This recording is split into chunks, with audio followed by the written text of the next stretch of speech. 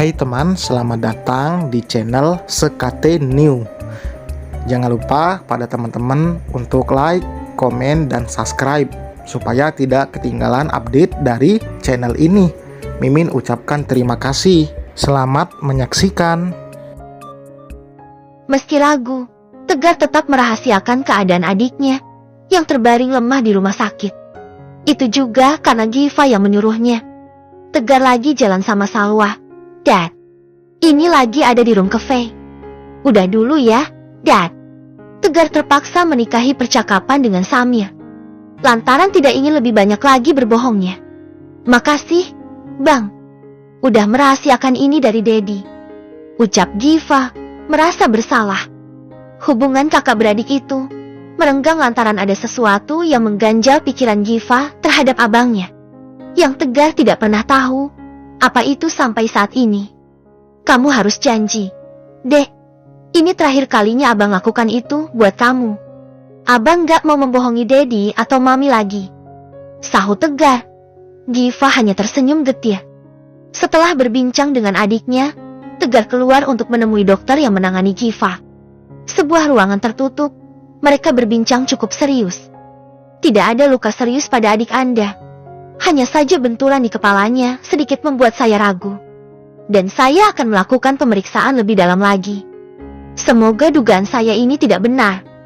Ucap lelaki berjubah itu kepada Tegar. Sontak keadaan hati Tegar menjadi khawatir.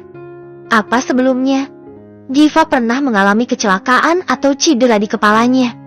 Tanya lelaki itu untuk memastikan. Tegar mengingat-ingatnya kejadian yang pernah dilakukan bersama dengan Giva selama kurang lebih 20-an tahun. Ia tidak pernah tahu kalau Giva pernah mengalami cedera di kepalanya. Ya walaupun Giva memang suka olahraga ekstrim dan permainan yang membahayakan nyawanya, termasuk balapan, sampai Dedi atau Maminya sudah pernah melarangnya. Itu juga yang menjadi alasan Giva berubah. Lakukan yang terbaik untuk adik saya, Dok. Ujar Tegar, pasrah. Selesai berbincang dengan dokter tadi, Tegar tampak sibuk dengan ponselnya. Ia menghubungi Salwa, yang sedari tadi belum ada kabarnya. Enggak diangkat. Ucapnya lemas. Memutuskan untuk masuk ke ruangan Giva dirawat. Gimana keadaan kamu? Apa sudah lebih baik? Tanyanya pada sang adik. Giva hanya mengangguk, tak banyak bicara seperti tadi. Abang akan jagain kamu di sini.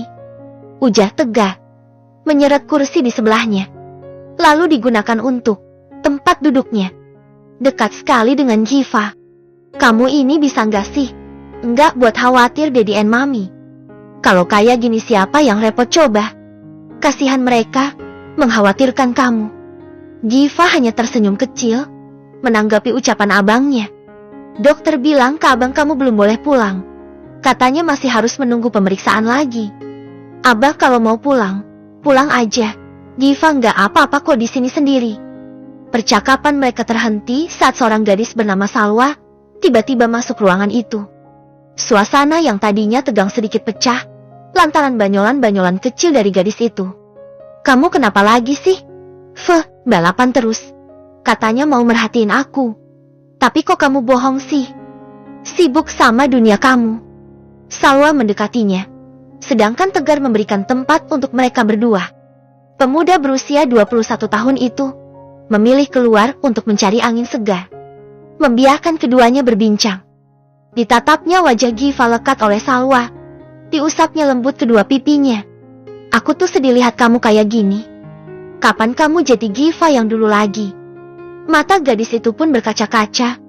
Melihat keadaan Giva yang penuh dengan luka memar bukan cuma wajah, tetapi bagian lengan dan kakinya. Giva selalu tidak bisa jika ditatap seperti itu Salwa. Debar jantungnya berdetak kencang, denyut nadinya juga tak menentu. Sekujur tubuhnya mendadak lemas, mendapat tatapan intens dari gadis itu. Aku nggak kenapa-kenapa kok. Wah, kamu nggak usah khawatir.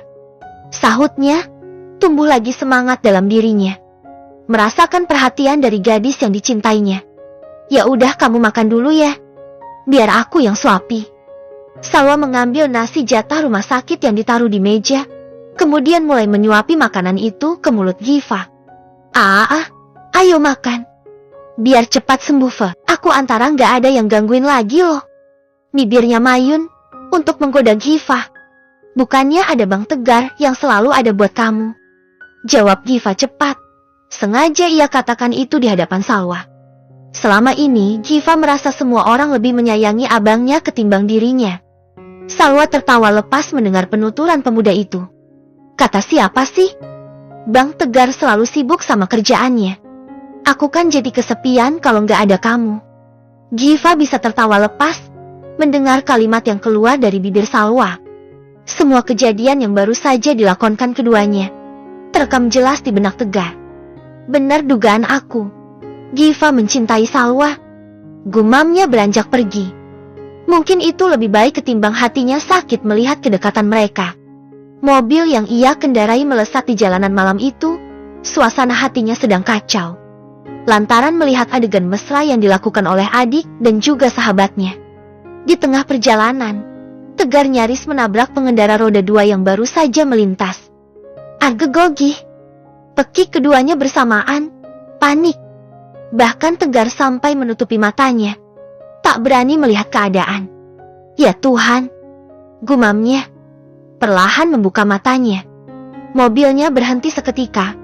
Itu pun tak ia sadari sebelumnya. Baru juga merasa lega kalau dirinya selamat. Tiba-tiba ada suara pintu mobil diketuk dari luar. Wah, ganti rugi loh. Pekik seorang gadis penjual asongan yang baru saja keserempet mobilnya. Tegar berusaha untuk tetap tenang menghadapi gadis itu. Perlahan pintu pun ia buka, baru juga akan keluar. Lengannya ditarik paksa. Turun lu. Tantang perempuan itu. Nyolot. Gara-gara lu, motor gua rusak. Tanggung jawab. Pokoknya gue nggak mau tahu. Tegar melirik ke arah bahu jalan, dan benar saja motor yang dikendarai oleh gadis penjual asongan tadi sudah hancur berantakan. Astaga, gumamnya. Oke, gue minta maaf deh. Gue akan ganti rugi kok. Berapa gue harus bayar kerugiannya?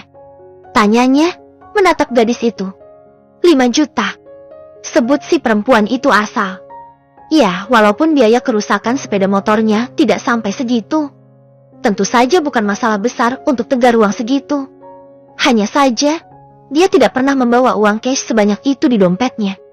Tegar tampak menggaruk-garuk kepala, mencari cara untuk mengatasi masalahnya. Tapi saya nggak ada uang cash. Jawabnya, memutar otak. Atau gini aja. Ia mengambil KTP miliknya, kemudian diberikan kepada gadis itu. Kamu simpan ini dulu ya. Ucapnya, hanya dilirik sekilas oleh si gadis penjual asongan. Itu KTP saya. Kamu bisa ambil uangnya di alamat yang tertera di KTP itu. Sambungnya, si gadis cuma melengos. Tampang aja keren, tapi kere rupanya. Modus baru itu mah, ogah gua. Sahutnya sinis, tak bisa ditolerir. Pokoknya harus ada uangnya sekarang. Tegas si gadis itu setengah memaksa. Tapi saya benar-benar nggak ada uang cash. Aduh gimana nih biar kamu percaya? Tegar dibuat bingung sama gadis itu. Emangnya ada tampang saya penipu? Apa? Tegasnya mendekatkan wajahnya ke wajah gadis yang bernama lengkap Ratu Felisa itu. Sangat dekat. Bahkan hembusan keduanya saling beradu menerpa kulit wajah masing-masing. Kok gue jadi salting ya?